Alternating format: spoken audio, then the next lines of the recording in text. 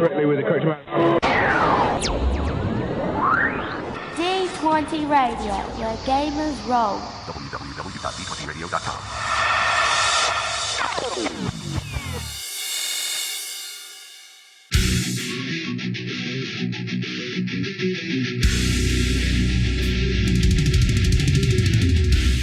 Welcome to Me and Steve Talk RPGs, a podcast where me and my friend Steve try and help you get the most out of your role-playing game experience.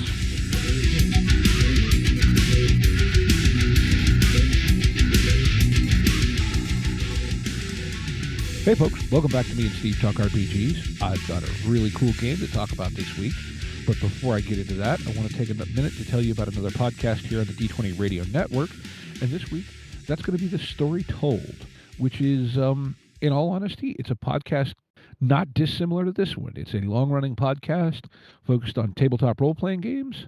Logan and his co-host Griffin meet every other week to discuss gaming of some sort. Sometimes it's interviews with creators. Sometimes it's like reviews of games. Or it can just be a topic on kind of the theory of gaming. And I believe they also usually, kind of the opposite weeks, they put out actual play content. I believe last I knew they were working on they had a Promethean story they were doing. So yeah, check out The Story Told. And if you follow the link in our show description down below, you can get to the D20 Radio Network Discord where you can find that show and a whole bunch of other cool shows on the D20 Network. You know, if you're looking for other gaming listening. And one of the reasons that I chose to shout out The Story Told this week is, although he's unable to join us, Logan is part of the creative team behind a game called Tribes in the Dark. And I'm joined by Will, who is, are you the lead designer for this project or just a very involved designer? No, yeah. I am the lead designer and the lead writer and the lead a lot of things. Chief cook and bottle washer. So, I mean, tell me about what is Tribes in the Dark. I know Logan, you know, in messaging with him, he's been really excited about this for a long time and was like, hey, we're going to Kickstarter with this. Can we talk to you about it? I'm like, sure, why not? You know, because cool new games are always cool. Yeah. Well, what it is a reboot of the Tribe 8 role-playing game that's published by DreamPod 9. It was originally published in 1998 using their Silhouette system, which is the same set of rules that Heavy Gear uses, as well as their Jovian Chronicles, which came out a few years before Tribe 8. And so this is a kind of a grassroots reboot using Forge in the Dark. Okay, hence the Tribes in the Dark. To be completely honest, I don't know if I've ever actually played a Forged in the Dark game. I've owned Blades in the Dark, or not Blades, Band of Blades for like 4 years, but I've never actually gotten around to using it. That makes me all too common in the gaming world, I think. Oh, yeah, for sure. I have an entire shelf of stuff that I haven't quite gotten around to yet. I think we all do. So yeah, but you have go ahead, sorry. No. I was just going to ask, you know, so I'm not familiar with the old Tribe 8 game. So what is it? In a nutshell, the characters in Tribe 8 are supposed to be, and in Tribes in the Dark, are outcasts from a society of their 7 tribes. And basically what happened is there was kind of a supernatural apocalypse that caused the collapse of our modern world. And all of the humans got rounded up into camps by these kind of corrupted spirit, not demons really, but they're called the Zabri. And so after the Zabri came into our world, caused our civilization to collapse, then through a series of events that happened, wound up basically enslaving all of the humans that they could find and doing all kinds of like unmentionable horrors to them for a really, really long time. And then what happened is that the people wound up liberating themselves. Part of it was that these semi-divine avatars called Fatimas manifested in each one of the camps and basically gave some supernatural ability and the gave something that the humans could rally around so they could like rebel against these Zabri and then overthrow them. Then they went on their way to found these tribes, one around each one of the Fatimas. And about 3 generations after this liberation, as can be expected, sometimes things don't go exactly the way that they plan. Like there's, people are questioning things. People they're dissenters, actual dissenters against, like the tribal and the Fatima rule, and so they start kicking people out, and so that's what the player characters are intended to be in the game. It goes a little bit deeper than that in that the all of the followers of each one of these Fatimas and each one of these tribes have a supernatural, like a spiritual connection to them. Okay. And that also gives them a spiritual connection to the broader spiritual world. And so when somebody gets banished, that gets removed. And so when that happens, they're supposed to be basically, less than human. They're soulless. They're not connected to the spiritual world anymore. Technically, it's called the River of Dream, which is kind of the interface between the physical world and the spiritual world. They're not able to Mhm. dream, and so it's kind of a fate worse than death. It's not just your society in a post-apocalyptic world turning you out. So you have that, but then you also have this have to contend with the fact that this this special connection that you had to the spiritual leader is gone. But then what happens is that a lot of these fallen, as they're called, the outcasts, wind up reconnecting on their own.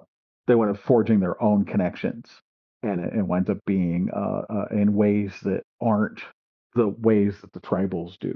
Mhm. And to pile all on top of that, there is a prophecy that one of the Fatimas was killed during this liberation with the Zabri. He was the only one that was killed. He was the only male presenting Fatima out of the original 8. And he uttered a prophecy when he was dying that his children would be cast out and spat upon, and they would wind up forming the 8th tribe, Ah. and the 8th tribe would be the ones who would lead humans to true freedom.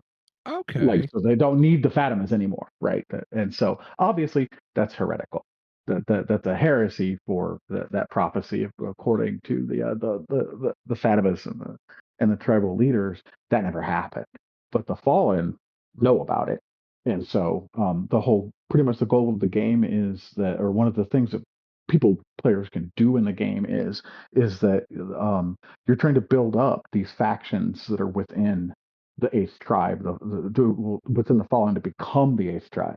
Mhm. And the original game had a meta plot. It had multiple books that were published for like the first arc of the meta plot. When they came out with their second edition, they moved it forward to a different setting, like a different location in the setting, and it was supposed to be like the beginning of the second arc of this meta plot. There were supposed to be 3. Mhm. They actually, when they published the second edition of the game, they laid the whole thing out, for what it was supposed to be from beginning to end, and it was a pretty big part of the original game line. We respect that. I mean, I've played through parts of it. I've actually never finished playing through all of it because obviously, usually games wind up derailing off of that pretty quick. Yes. Scheduling and everything else too, I'm sure Yeah, doesn't help anything. right. Yeah, yeah. But the so we've reset in Tribes in the Dark. We've reset it back to the state of the setting as it was in the first, at the in the first edition of the book, so that these fallen are relatively recent. They haven't really come into their own yet, Mhm. and they're still pretty they're still pretty ineffectual. There's not very many of them, and obviously there's a lot of things working against them.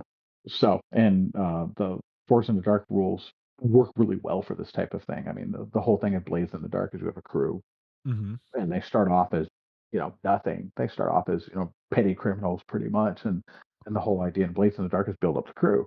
Well, that makes sense. Like you're building, be it a crew or a society.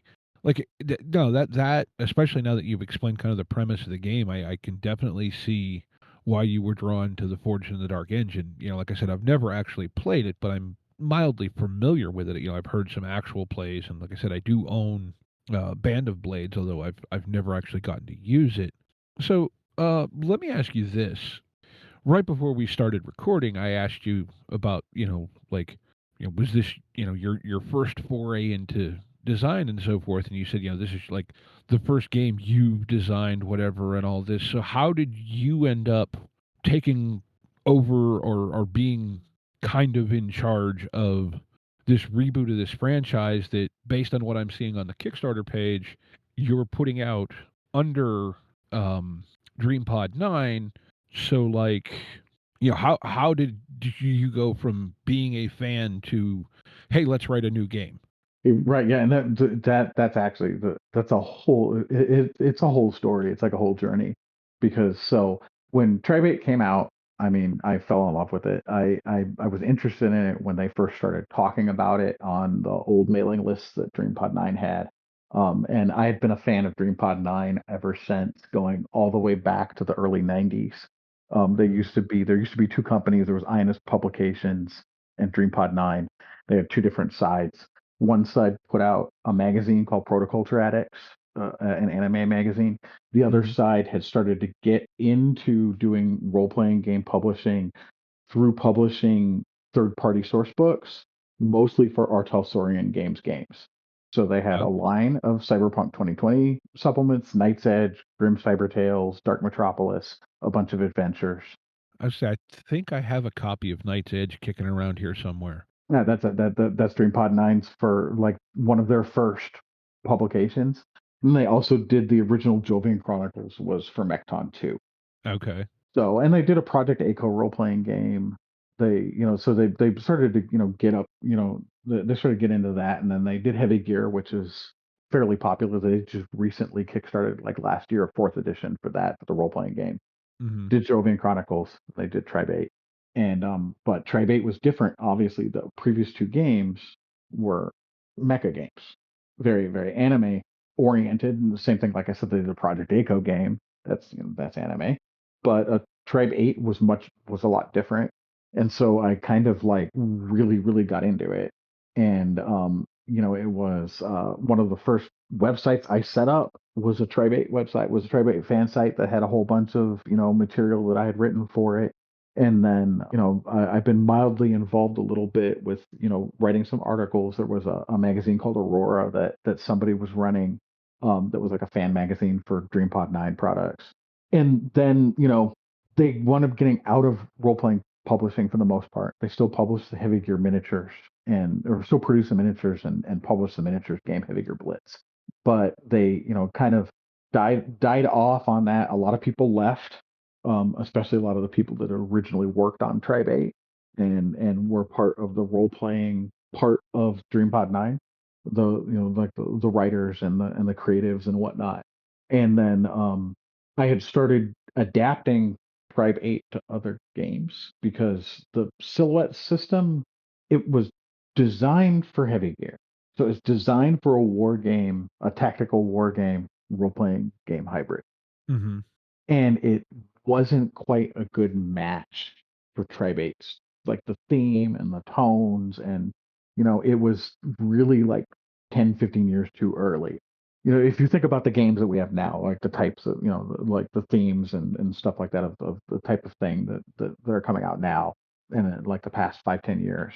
So I adapted it. The first one I adapted it to with The Shadow of Yesterday, which was Clinton or Nixon.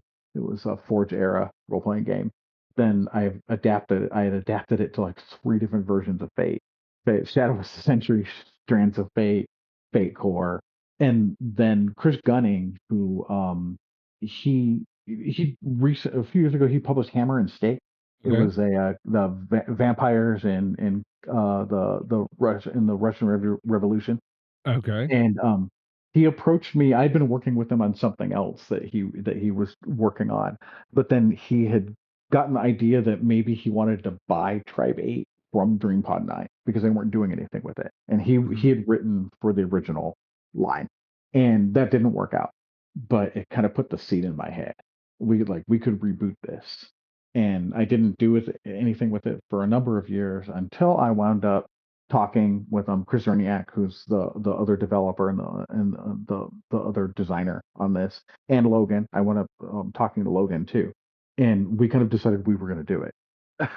It had been it had been this thing, we all three of us thought that, this is too great for it to just like lie like fallow and just like kind of like go away. And so originally we were going to do it with Cortex Prime. This was before Cortex the Kickstarter had delivered, and it was also before Fandom Tabletop bought Cortex Hmm. from Right. Margaret Weiss Productions, yeah, and from Magic Vacuum Studio. So we're working with Camp Banks, we're working with DreamPod 9. We were trying to work out something to license Cortex and license Tribate from DreamPod 9. Then DreamPod 9 said, you know what, we can't do this. We won't license it because the Kickstarter hasn't been delivered yet. And then Fandom bought them, and it put a kibosh on the plans of using Cortex. Hmm. And that had come about because one of the authors for Tribate, Miriam Roburn, had run a Smallville hack of Tribate that I had played in at a convention.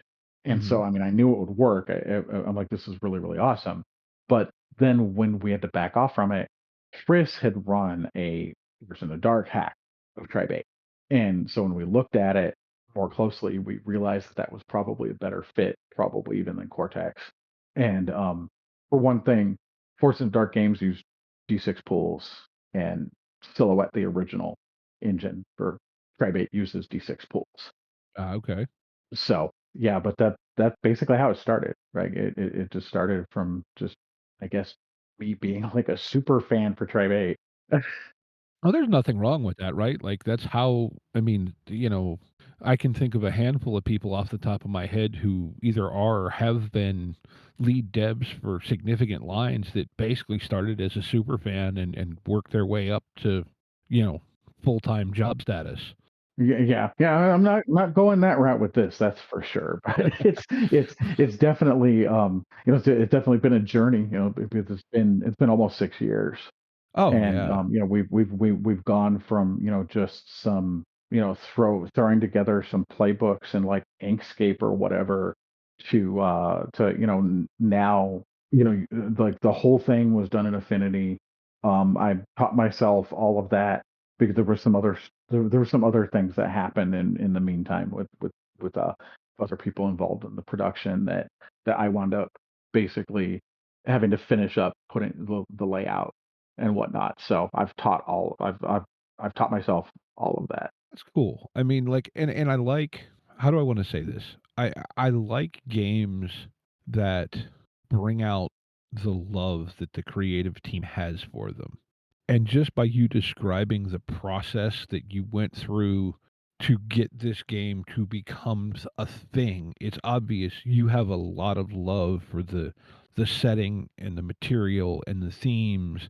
And usually, in my experience, that leads to a much more interesting and engaging product in the end, because it's this thing that I've started saying, that what I love about the kind of indie RPG design ethos is, especially when you get these smaller design, be it teams, tiny publishers, whatever you want to call them, the games often are much more of a, hey, won't you come share my fun, instead of, let's make a game that a lot of people will buy. And I'm Right. not saying that to say that you don't have aspirations to sell as much of this as you can, but that this is a game that you and your team really enjoy and really want to play, and you want other people to experience the fun that you're having. And to me, that is the heart of indie design and what makes indie games so much fun to play. Yeah, no, absolutely. I mean, I 100% agree with that. So, I mean, I started playing role-playing games when I was like 10 or 11, like somewhere in there. So we're talking like 1980, 1981. Of course, I started with basic D&D because that's, what a lot of people started with. But it didn't take long for me to like start to veer off Hmm. and start to find other games, to to play other games. And by the time I was in high school, like I was a junior, senior in high school, 86, 87, I wasn't playing D&D anymore. Hmm. I'd stopped completely and was just on my own track after that. And Hmm. a lot of that were the Artosaurian games. So Mecton They and were, Cyberpunk were a big part of my gaming in the late '80s and the well, and through the mid '90s. and I've said this. I feel like, given the era it was designed in, and now I've never actually gotten to see the original Cyberpunk 2013, but Cyberpunk 2020, to me, is a design that was miles ahead of its time for something Mhm. that came out in the late 80s. Yeah, Mecton was too. Yeah, They well, were I know both Mecton runs on the laid out. same engine, but I've not actually. I think I have some PDFs of Mecton kicking around, but I've never really dove into it. Yeah, yeah. Mecton was the first, and and actually it was a percentile system. It was Mecton 2 was where the interlock system that Cyberpunk uses Hmm. came into play. But they were I think they were like the first digitally laid out role playing games that were done on Okay. a Mac. Yeah, I mean, Yeah. yeah, and like, see, now my gaming experience is maybe a little different than some. I didn't start gaming until I was about 18 when I was in college, but I was very fortunate to fall in with a group that played a lot of different stuff. We had the kind of central game of our informal club, if you will, was a Call of Cthulhu campaign that was actually in the original third party Delta Green setting.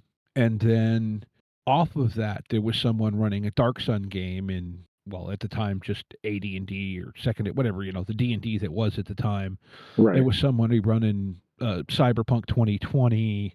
That was when the World of Darkness started kicking off. So we played some Vampire and so like and Rifts was another one that I got into early.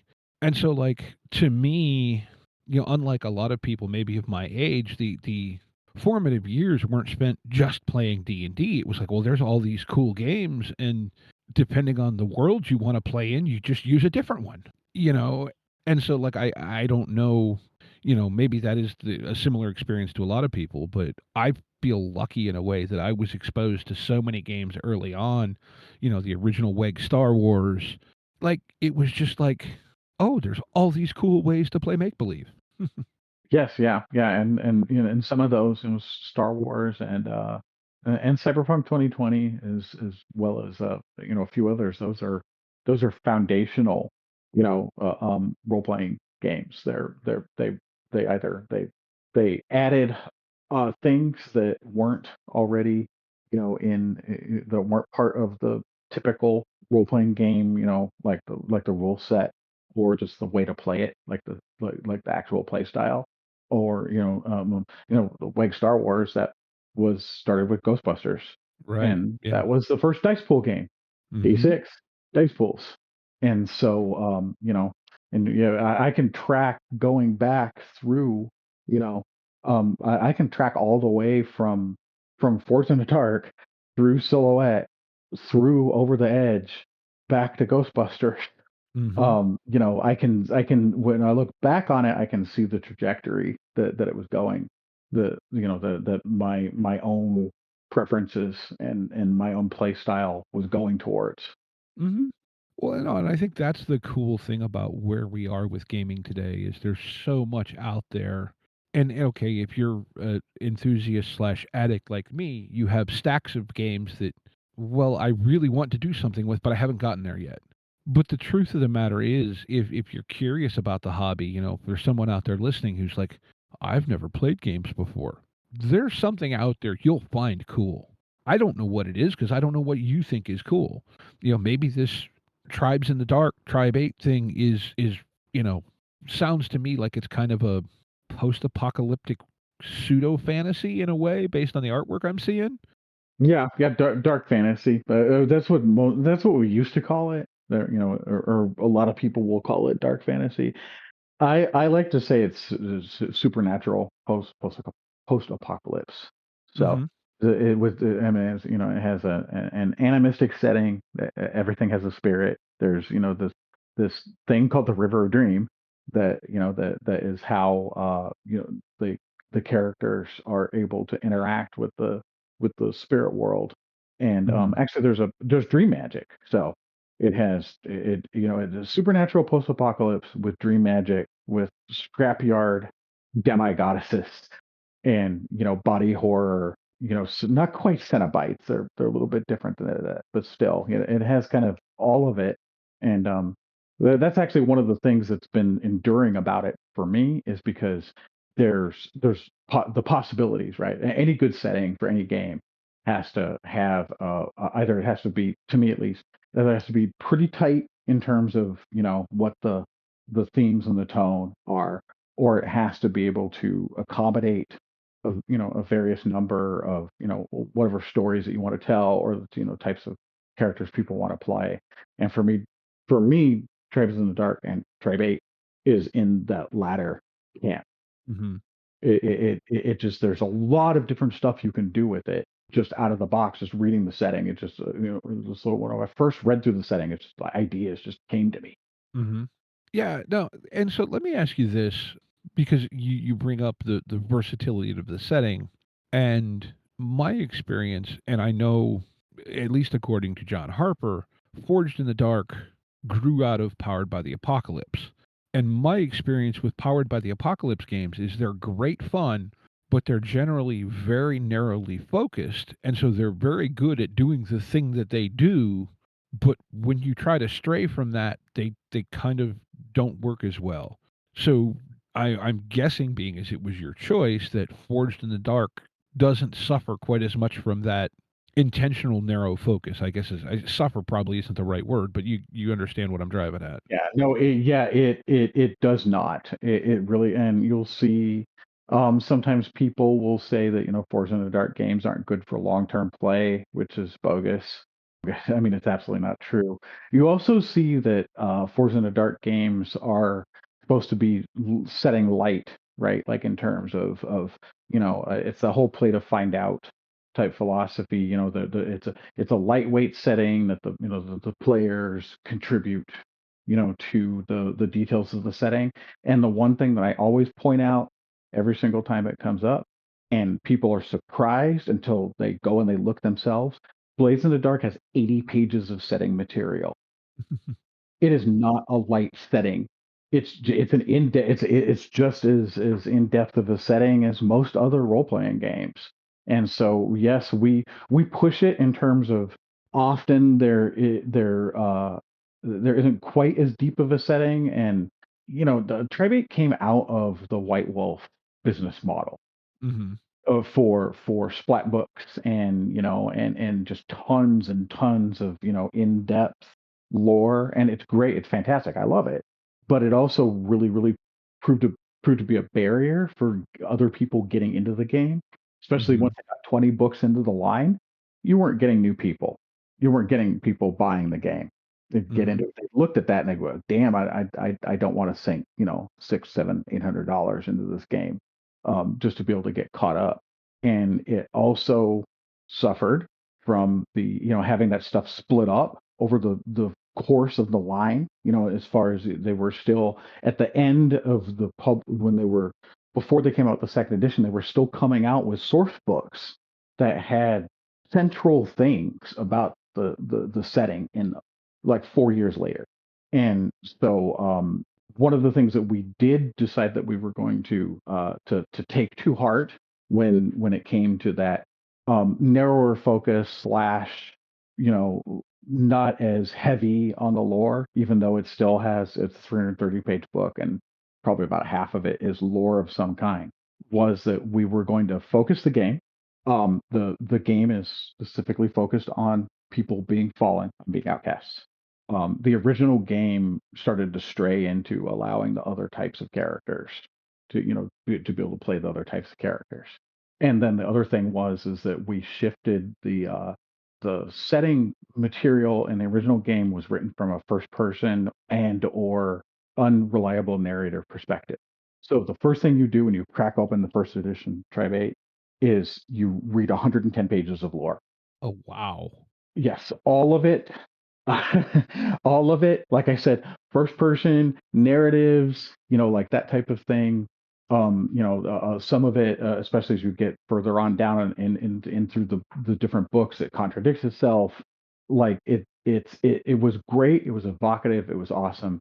But we changed that and we made it more. It's natural language. It's just more straightforward. It's not dry like you go into some setting books and they'll have like population figures and you know like that kind of thing. But at the same time, it is broken out, into sections for for what for what people need to know, right? What they need to know to play. And I think that is the one thing that PBTA, Fortune Dark Games, do very, very well is encapsulating and condensing down what you need to know to play into a pretty concise format. So even with the Mhm. 80 pages of setting you have in Blades in the Dark, you can pick up a playbook. You can get a pretty good idea what that playbook's about, and you can get a feel for the tone and the theme based off of the special abilities they have and the other choices that you have to make when you're making a character and like the gear, like that kind of stuff. Mhm. Aside from having to think about any decisions, you can get that playbook filled out in 5 minutes. Mhm. So, and that was our goal with Tribes in the Dark was to make it to where yes, you could go and read all that lore that we have in the book, but if you don't, you can still sit down with the playbook and get going because in the original one, you had to read at least some amount of that 110 pages before you could even start making a character. Yeah, I like games that kind of allow you to, because okay, I get the feeling, and not to speak for you, but that you and I are of that thing where the generation where like, man, I want to read this game and oh man, this is cool and I want to play it and I know all this stuff. And what we often fail to remember is that we are the and I say this with all the love in the world, but we are the obsessive freaks of the Yeah. role playing game community. There's a lot more people who are into role playing games that show up at their friend's house every other week and play the game, and that's, 95% of their involvement with a role playing game. Those of us that spend hours a week reading books, talking on the internet about role playing games, whatever, Right. we're in a sense the exception. And granted, there's, at least as far as I can tell from the internet, there's a lot of us, but you can't always design to the fanatical audience. You have to keep them happy, but it has to be accessible. And it sounds like that Mhm. is something you've been very conscious of, and I think that's a really good thing. Yeah, yeah, it's exactly what we, the and of course this took like a lot of research. Like I had to dive back into these Tribe 8 books. Like I think there's 24, 22 in the original line. So I had to dive back into it and go through it, pretty much, not like rereading, but like flipping through and taking notes and finding all of these things that I could surface up and which ones were interesting and which ones really we didn't really need to focus on. Because again, 330 pages is pushing the limit for this is POD. So it's Mhm. pushing limit, period. Like doesn't matter. With a full 8 by 11 book, 330 pages is pretty big. It's pushing the limit on affordability and on the size of the POD. And we were trying to fit all of it into one. Part of it's because we kind of don't know if there's going to be another one. Like we're not rebooting a line with this, right? Mhm. That we're not talking about DreamPod 9 when they were publishing Tribe 8 had at least a half a dozen full time employees. That they were a whole thing, like they were a whole publishing house, Mhm. you know, and we're not that. So this may be it. We have plans for a companion volume, and maybe some other stuff will come, after this. It kind of depends on what DreamPod 9 thinks and whatnot. But in terms of packing that all in, we had to make sure that like I said, it was accessible and you're able to find information that people need to be able to play easily. And if people want to drill down deeper, the stuff is there to drill down deeper. Mhm. And it giving something for the people who have never had it if people, maybe they were interested, maybe they'd never heard of it before, but they if they're interested now, it's much easier to look at this rule book than at the 24 books in the original line. Hmm. No, that makes a lot of sense. Now, I will say, just to inform the listeners, as we record this, which is a couple days before it'll go to air, you're just shy of 200% funded. So the project is definitely a go. Not that you haven't put a whole crap load of work into it by this point, but like you're over the big threshold. So like, yeah, this is a thing. It's funded. You have, again, when this airs, you'll have about 12 days left in the campaign, I think, because this will go live Tuesday. 12, 11, I don't know. I'm not doing math at this point in the night. So, like I said, it is a thing that's going. Looks like, yeah, I'm guessing you have, the standard or a reasonably standard assortment of digital only, or in your case, print on demand backing tiers. Anything else people need to know about the campaign as far as, pledges or anything like that? Well, just the, yeah, the book itself is written, so everything's written. It's laid out, so we have part of the funding for for the Kickstarter was for additional art. We're reusing a lot of art from the original because the as you can see from the Kickstarter page, the art from the original is amazing. Mm-hmm. Um, a guy named Ghislaine Barbe did it. He was their house artist for many years, and then he wound up going on to video games and TV and stuff after he left DreamPod 9. But it was, so we knew that we had to bring some of the original art back, but we also had things that we knew that we wanted. We needed new art for. There were either stuff that wasn't portrayed very well in the original stuff. Where we have Juan Ochoa, he's done a lot of the covers and the art for Monster of the Week Okay. books and for Fate in general, for Evil Hat in general. He's an amazing artist, and so he was the one who did our cover. So the three characters that you see for the cover art, Okay. he was the one who did that. And he's gonna be finishing up the art. Other than that, everybody who backs the game, and once it funds, everybody who backs at least the PDF level or higher is going to get a backer preview. It's going to be art incomplete, but other than that, the whole thing's done. Okay. Well, that's cool. So So you're talking yeah, a really quick turnaround theoretically on at least playable delivery. Maybe not final edition, but playable delivery will be very, very quick. yeah. And our quick start has been up on Drive Through RPG for a number of years. It's a slightly older version of the rules, so Hmm. it's still playable. It's perfectly playable. It's just that it's slightly different in a number of the rules. So Hmm. people, I don't plug that as much because, like I said, it's outdated. Hmm. But yeah, so yeah, and the other thing probably people should know, because this comes up pretty often from people who are existing fans, that no, we are not advancing the meta plot for the game from the original game. Hmm. No, we are not following on the heels of the second edition that moved the setting from the first edition is called Vimery, which is, it's the island of Montreal. So the actual French name for the island of Montreal is Vimery. Hmm. So the island is called Vimery in the game, and they moved it to I believe it's Quebec City, but we're not. We're, all of that is in the past. So we've reset the game to the state that it was at the beginning of the first edition, and then after that we say this is yours.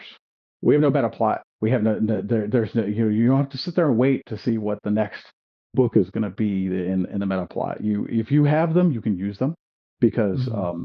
I don't know if you know this or not. You probably know, if you've read Band of Blades, you probably have some idea. In the Forged in the Dark games don't have, there's no stat blocks. There's no Hmm. monster stats. There's no NPC stat. There's no, nothing like that. It's all driven pretty much narratively with clocks. So Hmm. as a result of that, the people who are interested that have the books can use their old books, simply because there's nothing to convert. Okay. So you didn't build it. You kind of built it intentionally pseudo reverse compatible then. Kind of, yeah, yeah. In a way, I mean, we did it with an eye towards the fact that people would, have they may have the books from, if they were already a fan or they had bought them or whatever. But yeah, we Mhm. didn't introduce anything into the Force in the Dark system. Like, even though there are like there's these Zabri, right? And there's some other types of, like threat creatures, like that kind of thing that are in the setting. We didn't shoehorn any kind of, stat system for them, Okay. beyond what's already in Force in the Dark. So, and that's probably the other thing people should know is that, if they're, I would hope that if they knew about Force in the Dark games in general, they would know that they are not, you know, crunch heavy. Like I said, there's no movement, there's no combat system. Right, yeah, like There's no movement, there's no grid, there's no, yeah.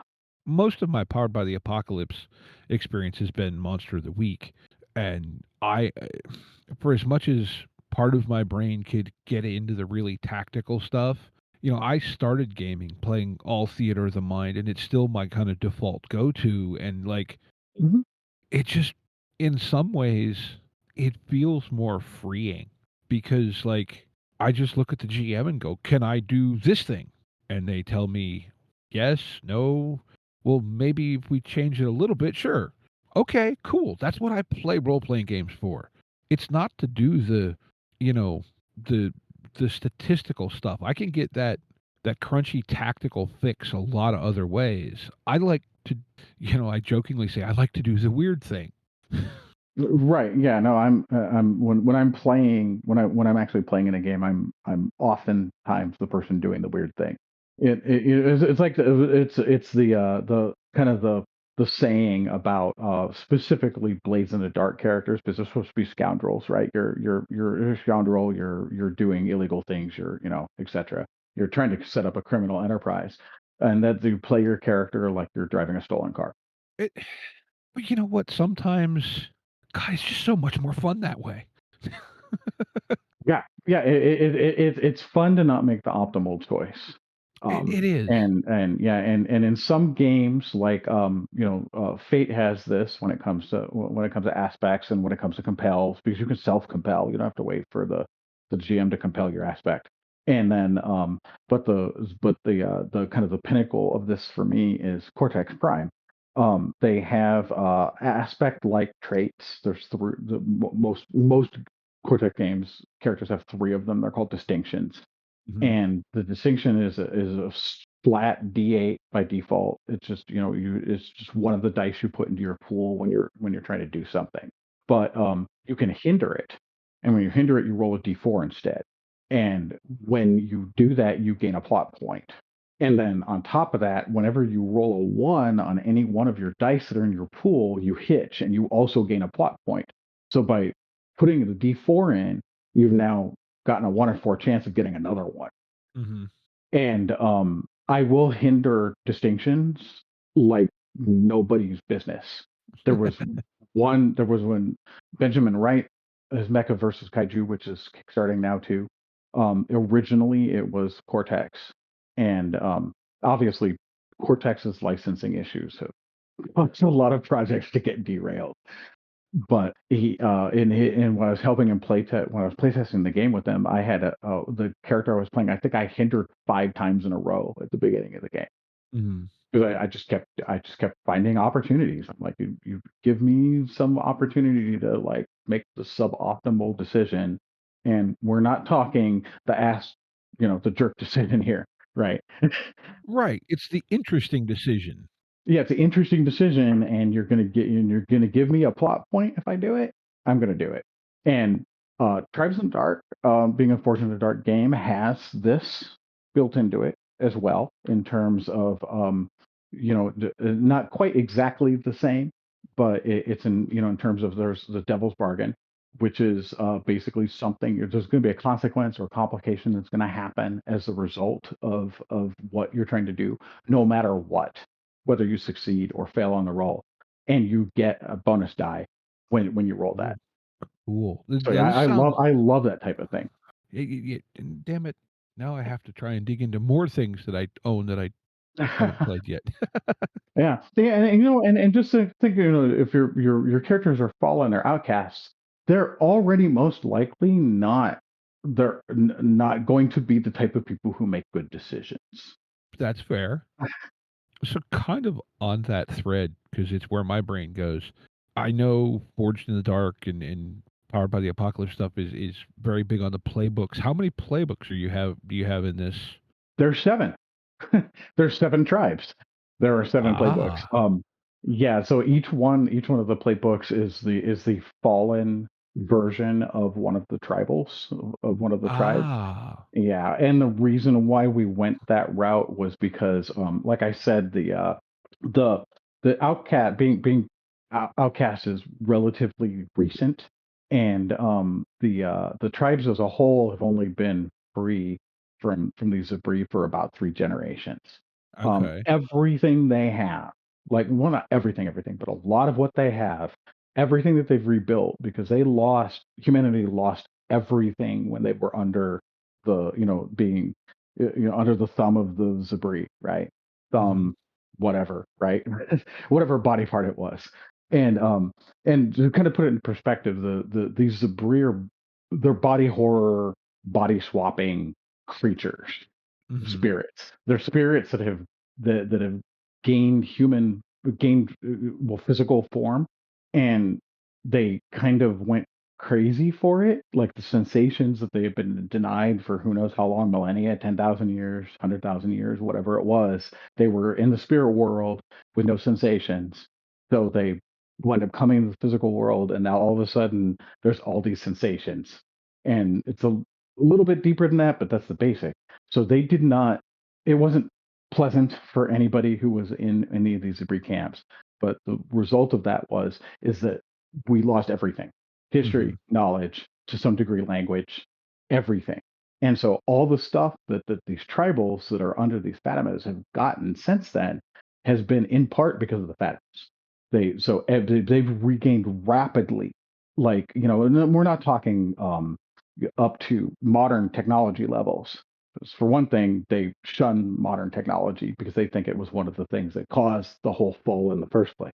But Hmm. just, metallurgy, language, reading, writing, all of that has been in like 100 years. And so the tribe and the family and their clan and this connection to, it's not like these are distant deities that they have. They can often see them. Hmm. They're physical, they're there. So that's a big part of any any single person's identity. So just because they got banished and they got this, connection with with this demigoddess burned out of them, doesn't wash that away. And it's not easy for them to completely like, rebel against it, or you know what I mean. Yeah, no, I get it. So yeah, so the try yeah, the playbooks are each one. It's like Fallen.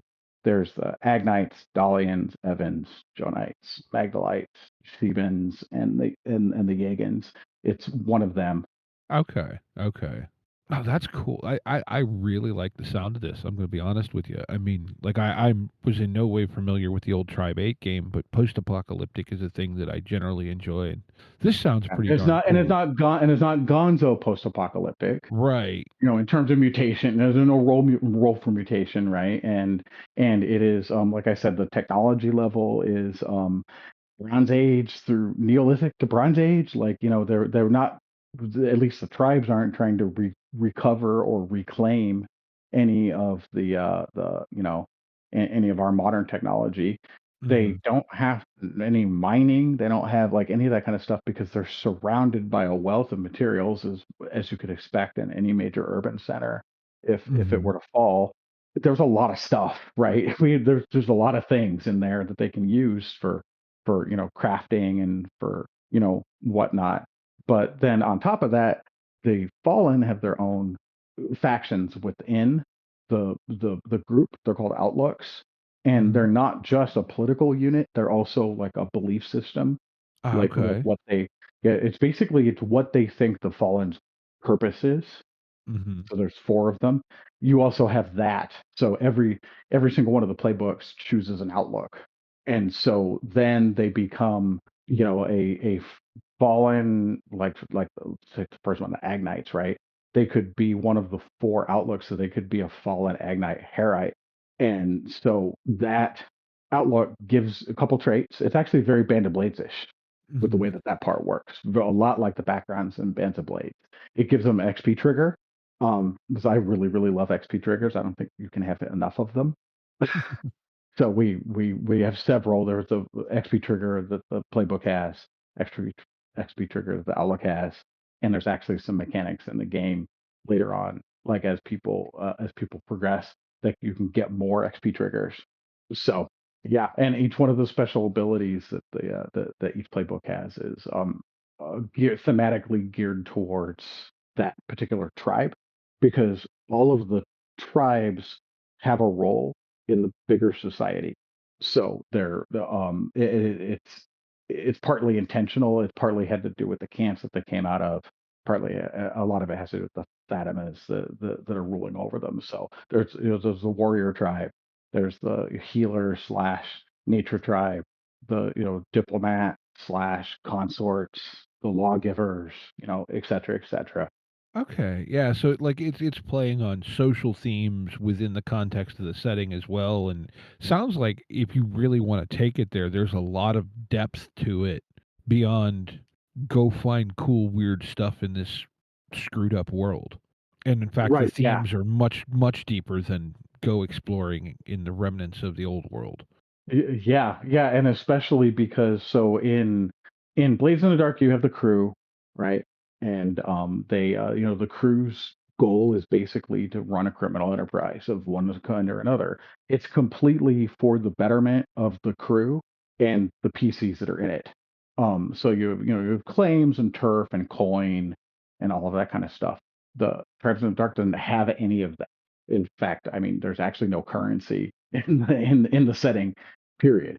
So Hmm. it's so the way that we structured this is you have the cell, which is a found family kind of, it's basically the basic building block of fallen society. They're just people who have banded together for, it could just be for survival, it could be for a bigger goal. And you don't have like the crews in Blaze in the Dark have, like, you have your tier, you have XP, like crew XP, you have crew special abilities. The cells and Tribes in the Dark don't have that.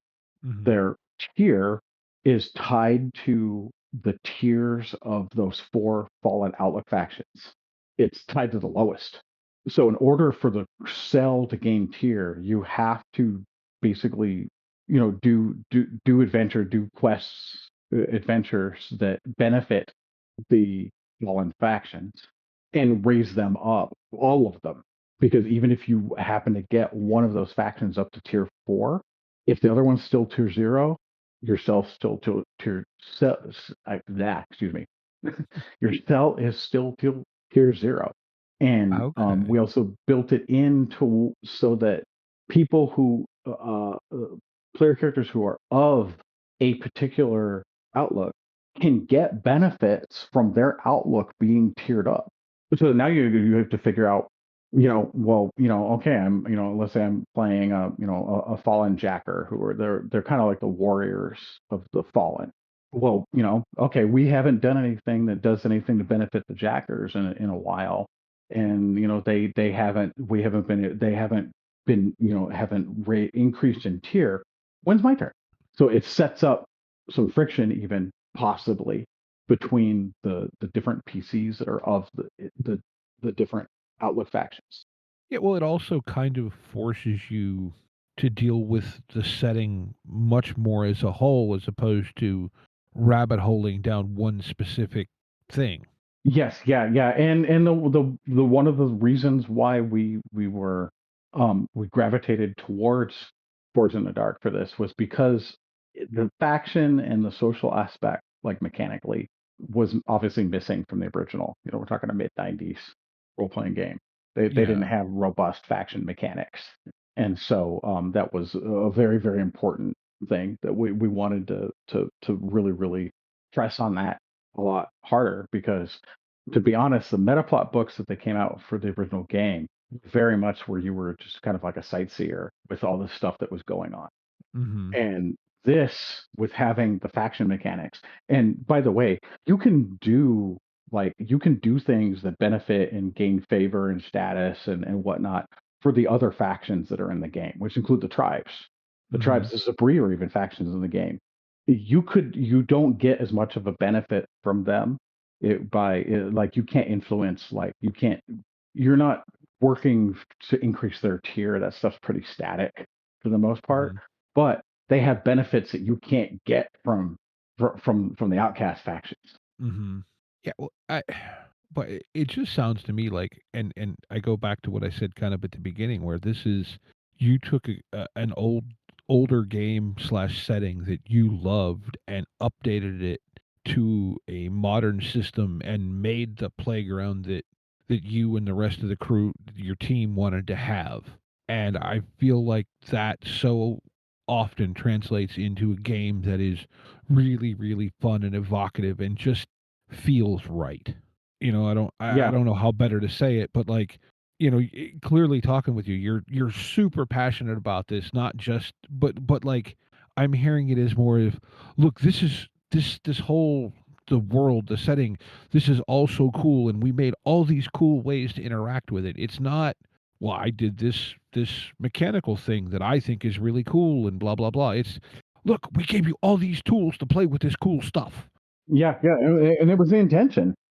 Right, right. And then, like I said, if that sounds like I'm in some way not being complimentary, I apologize, because I fully mean it as a compliment of a very high order. Yeah, So and it. Oh, go ahead.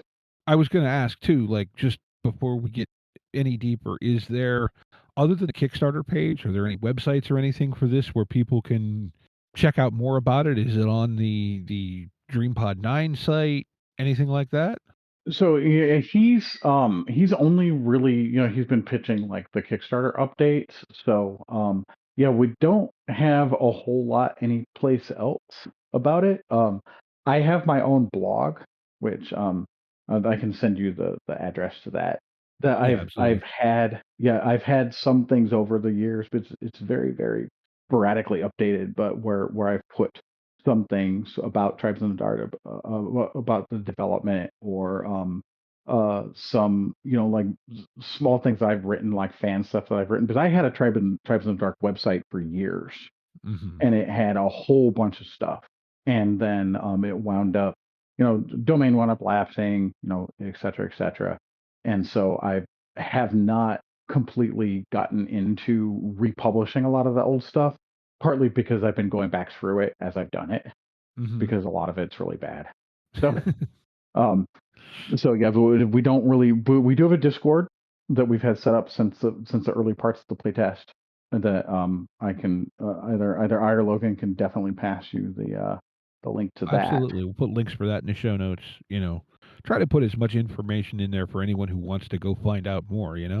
Now, also, just because it's a thing, because of modern whatever climate we live in, I did see all your printing is being handled through drive-throughs, print on demand partners. So, US and Canadian books, or books for US and Canadian backers, are going to be printed in the US. All your other international backers are printed through drive-throughs partners in the UK. Yes. Yep. Okay. And that was an intentional decision to not do offset at this time. Just because we'd gotten to the point where we really, really needed to get this out, and this was the window for us to do the Kickstarter with everything being completed. But you'll notice we're very, very, like I said, conservative on the rewards and what the end product is. And it's just because there's just too much uncertainty. Look, I mean, it's one of those things, like, and not to get too whatever, because podcast time tomfoolery. The episode that'll come out after a week after this one is about another Kickstarter, but I recorded it 2 nights ago, and that creator was telling me, like, to a certain point, one of his goals is to be very cautious what you promise in the Kickstarter, so that, like, you can actually do it without dragging the process way out. And it's very clear that you have very much set goals that, like, look, like you said, your book is basically done, other than adding in additional art that will, at least in part, be funded by stretch goals. So the the most of the work, it sounds like, is done. It just needs to be finalized once you know what your final budget is. Yes, exactly. And we've already gone through the stretch goal for getting the remainder of the art ask. So yeah, so the rest of it is getting the art done, and working with Juan and getting those pieces done, and then the other part of the art budget and the requirement is the art that's in the book now is pulled from the PDFs the DreamPod 9 had. They were print on demand, and he had pulled higher quality versions of those for the POD, but they're still not quite high enough quality, and not all of the pieces that we picked to go into the book came from those. They came from the lower quality scans that I have. So he's going to have to go. The DreamPod 9, his name Robert Dubois is the main guy in DreamPod 9.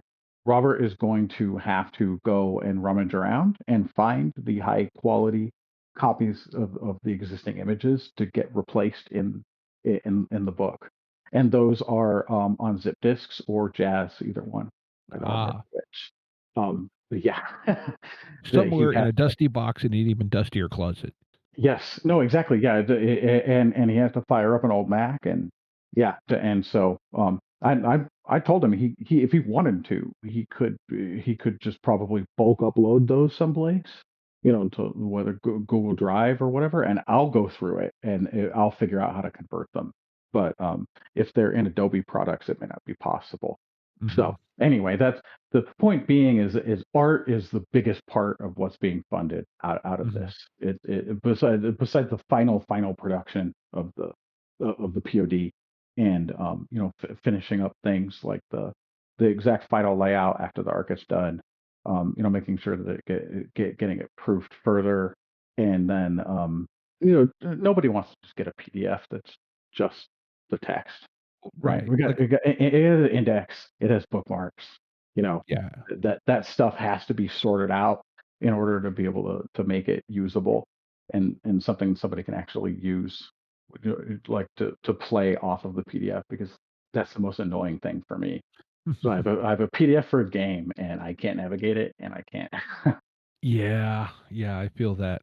Well, yeah, I mean, like, look, it sounds like you really just tried to reboot something that you love, and I'm sure that that's going to come across in the product, just with the passion that you've talked about it and everything else. And like I said, I think that's the heart of indie RPG is the look. This is fun. Won't you come share it with me? And I very much get that feeling from having talked to you. So that's just really, really cool. Before we start to kind of, or as we kind of start to wrap up here, anything else that you want to kind of plug, shout out, anything like that? And you mentioned the rest of your team, Logan, and then sorry, I forget the other person's name, but anything like that? Um, no, not. I can't think of anything else, at least about this off the top of my head. Okay. Doing shout outs about other people, I feel like a bazillion. So it's Well, yeah, I'm sure we all have, those people that were like, "Oh, this is so cool." But that's what this next segment called Game of the Week. Game of the week. Game of the week. Let's get into Game of the Week. Now, I kind of warned you, briefed you on this. Do you want me to go first, and so you get a little more of a feel as to how it goes? yeah, sure. Okay. So, first off, let me drop a link to what I've selected in the Green Room channel so that you can reference it. So, my pick for Game of the Week this week is going to be a game, and this literally, well, dropped today as of when I found it. It's now tomorrow, but it dropped on the 29th of August. This is. I don't know if this is technically part of like the storyteller's vault or something. I don't see any logo on it, but it claims to use the storytelling system. It's a game called The Devil's Ledger. And I'll just briefly read the description, and it says The Devil's Ledger is not a game of victory. It is a reckoning.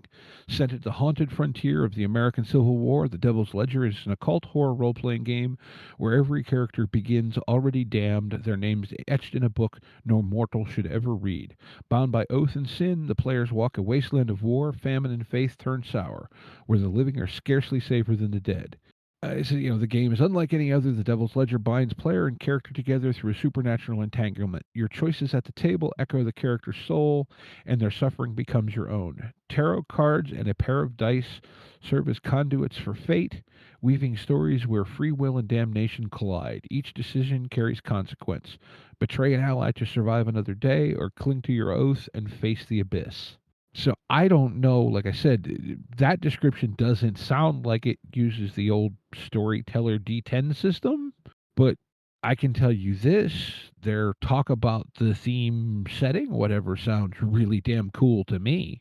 you Yeah, know, yeah, yeah, I would hope that I would definitely hope that they approach the subject matter in a somewhat sensitive way, considering I can see a lot that could be really really cool in it, and in a lot of ways that they could also go horribly wrong. So well, and that's the case with anything, right? Like, I yeah, haven't literally being is it's been available for about 25 hours now, probably.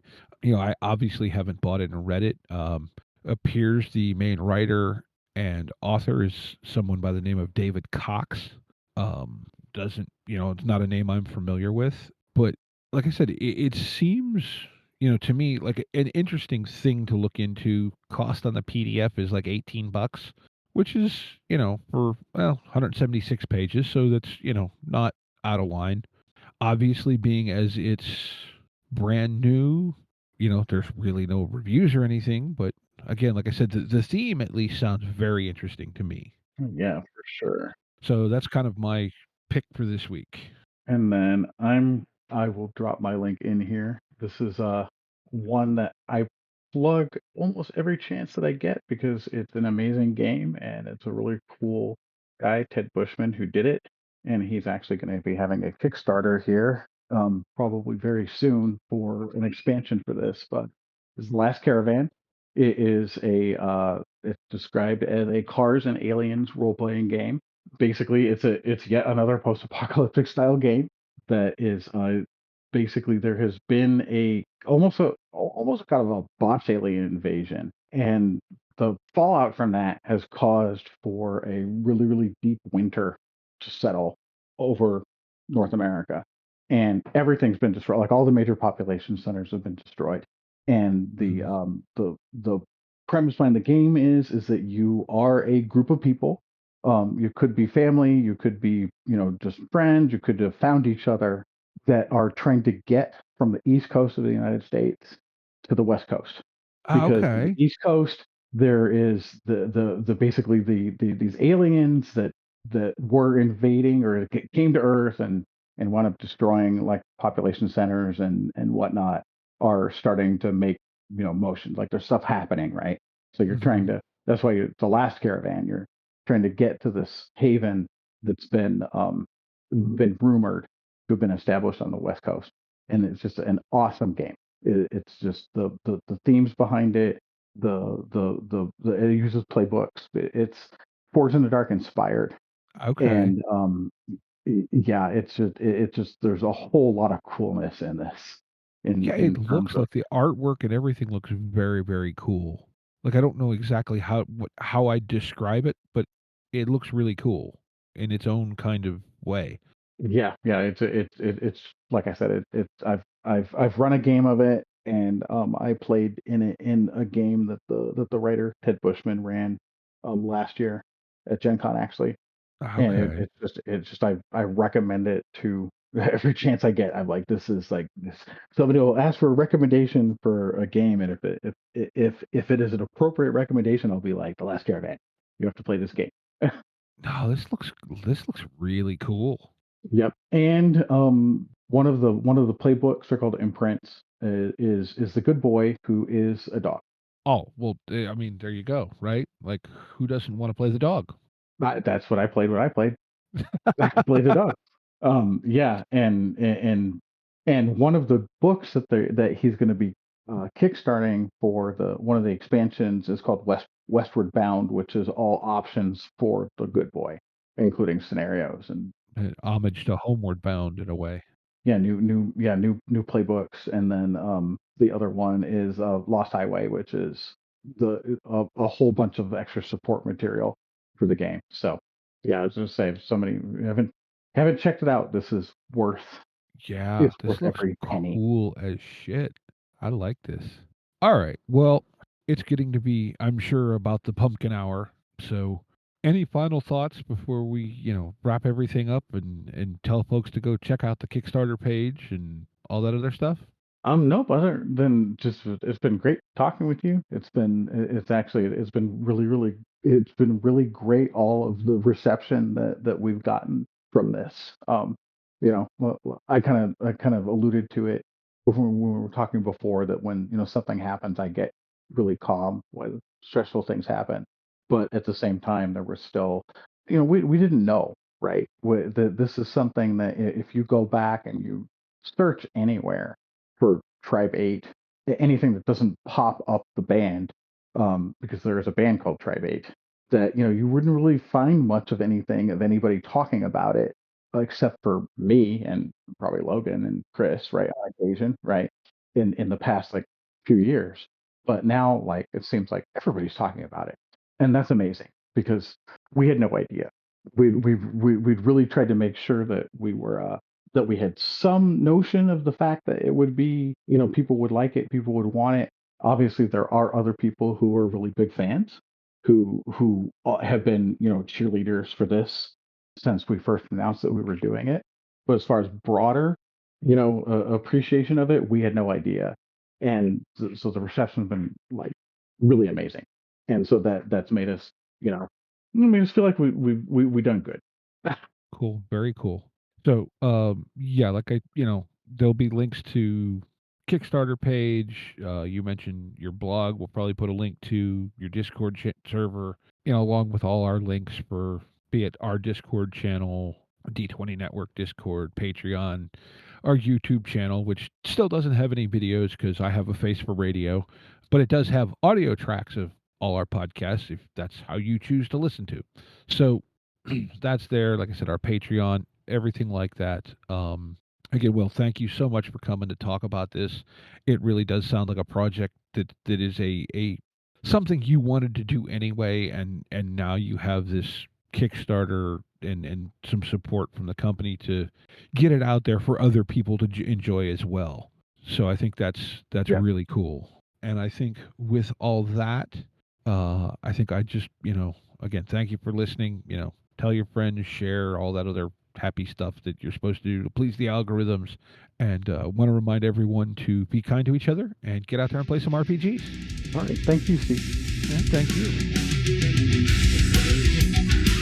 Intro and outro music by the band 12 Noon. You can email us at meandsteverpg@gmail.com. You can find us on Twitter and RPGs. Find us on Facebook at Me and Steve RPG Podcast, on Discord at Me and Steve RPGs. And as always, all of these links are in the show notes. Thank you, and be kind to one another.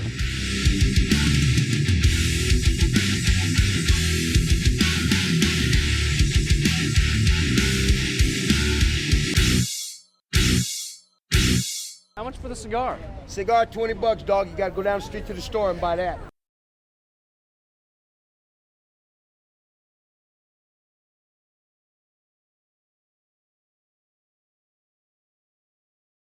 I am back. Hello. Hello. I do not believe you. I think you're a figment of my imagination. That is a you problem.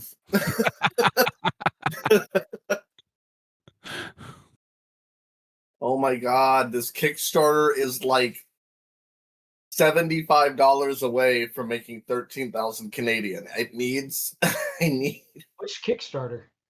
the Tribes in the Dark Kickstarter.